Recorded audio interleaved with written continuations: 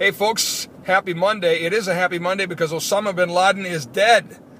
I'm sleep deprived because after hearing that news, I had to stay up and find out as much of the scoop as possible.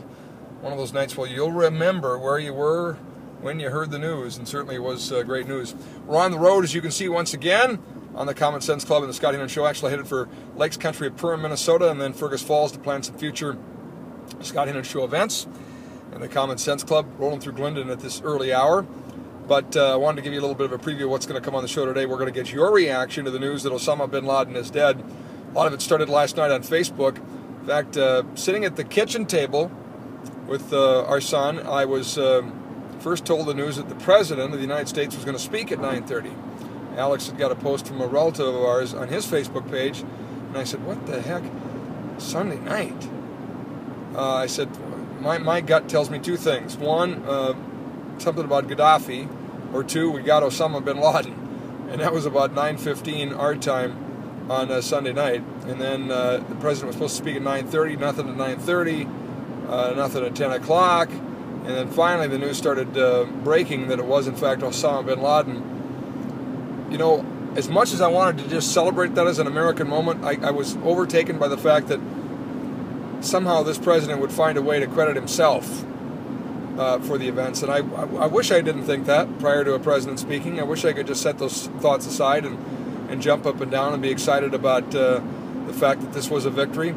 But I was overtaken with emotion just thinking about all of the work that our special ops, intelligence officials who are so wrongly maligned so often in this war on terror, all the blood, sweat, and tears they'd put into getting this creep, and finally had been successful. So I hope that our troops and our intelligence officials and community and all the behind-the-scenes work that goes in would be front and center of the president's speech. But unfortunately, while they did the benefit of mention, I got a kick out of the fact that we were led to believe from the speech that, by golly, the reason we got Osama is because Obama made it the #1 priority, as if George Bush didn't. You know, that's the always inevitable sort of narcissism about this president. It's always about him. Anyway, we're going to talk about it. And by the way, what little we do know leads us to believe that a tip from one of the detainees at Gitmo led to the courier that led us to Osama.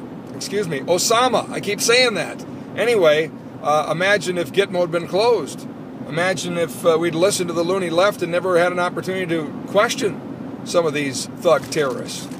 Something to think about, no question about it. But all in all, it's good news. He's gone. I don't think it means the end of anything other than the life of a sick, twisted individual. In fact, it may even bring some short-term heightened security concerns because of retaliation attacks and whatnot. We'll sort all through that with some experts on the program today. Also, we're going to talk a little bit about the legislative session just wrapped up. Jim Casper is going to join us, and he's concerned that there are not enough conservatives in the legislature. We'll get the take of one Republican member on his after-action report on the legislature. And also, we're counting down the days to the Jericho March. Saturday, when a march on downtown Fargo will try and repeat victories of the past to make North Dakota the first abortion-free state in America. Wouldn't that be great?